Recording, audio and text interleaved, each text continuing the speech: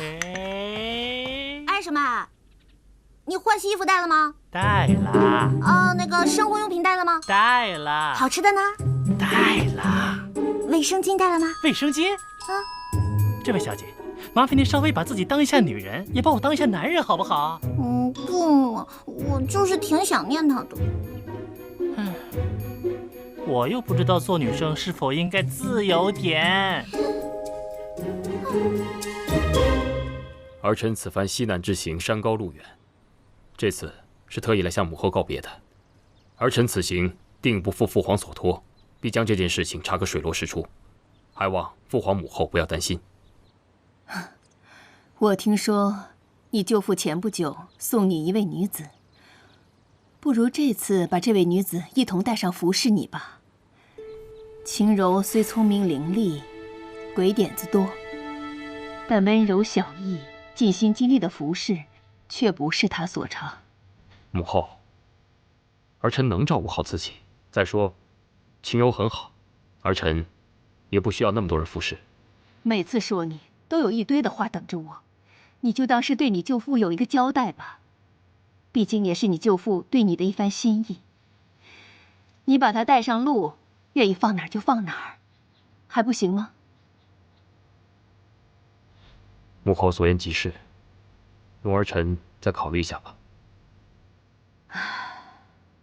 现如今啊，你们都大了，都有自己的主意了。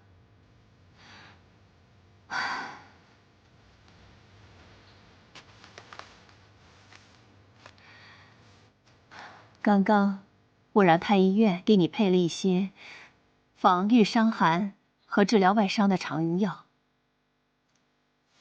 你把它带去吧。真相虽重要，但也不及你的安危呀。安全重要。儿臣谢过母后，母后保重。儿臣告退。去吧。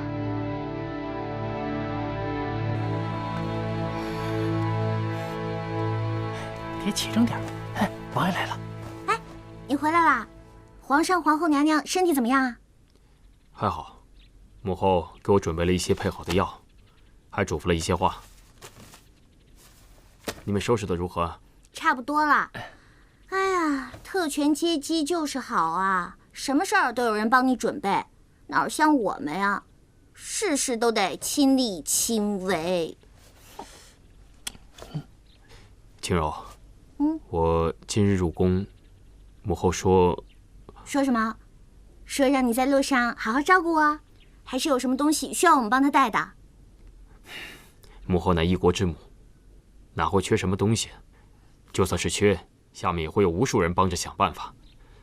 亏你想得出来。我就是好心嘛，不刻薄能死啊！真是，天色不早了，你快走吧，别耽误我们收拾东西了。明天还要早起呢，我们可不像某人，事事都有人伺候。赶紧走吧你。早些休息。尊上，双儿还是觉得谢延禧此行应该跟随于他，大不了扮成丫鬟婆子之类的。你们都走了，就剩双儿一个人，双儿也成不了什么事啊，您说是吧？你放心，我早已安排好了。今天皇后叫三王爷入宫，就是安排带你一起走的事。随后就有人来通知你了。连皇后身边都有尊上的人吗？这就不用你操心了。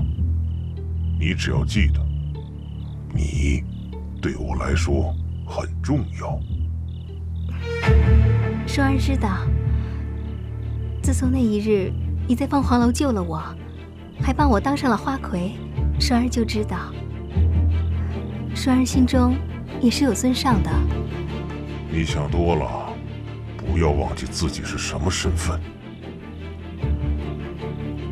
双儿不会忘记尊上的恩德，双儿此生都只是尊上的人。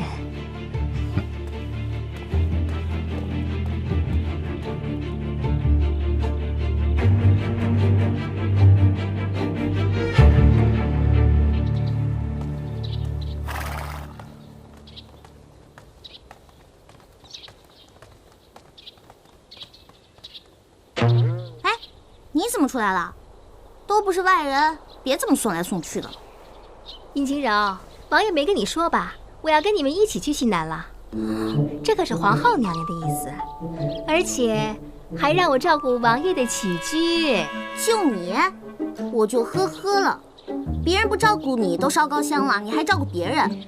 我能不能照顾人不重要，关键是这是王爷的意思。好了，时候不早了，赶紧启程吧。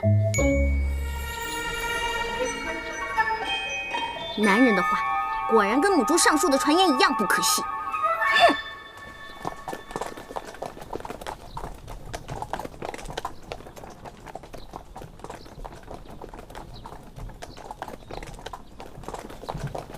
噔噔噔，看这是什么？这是周老师给咱们做的纸牌。咱们是斗地主还是双生？斗地主。好，殷姑娘，斗地主为何物？双生又为何物？这斗地主呢，就是一种休闲的游戏，就是3个人玩的游戏。其中有一家呢是地主，另外2家合力击垮地主。出牌呢可以出1张，也可以出2张。3张一样的呢可以带1张或者2张。然后那个4张一样的呢就是炸弹。2张王牌呢是最大的牌了，是最大的炸弹。哎，阿果、双儿，你们不用听吗？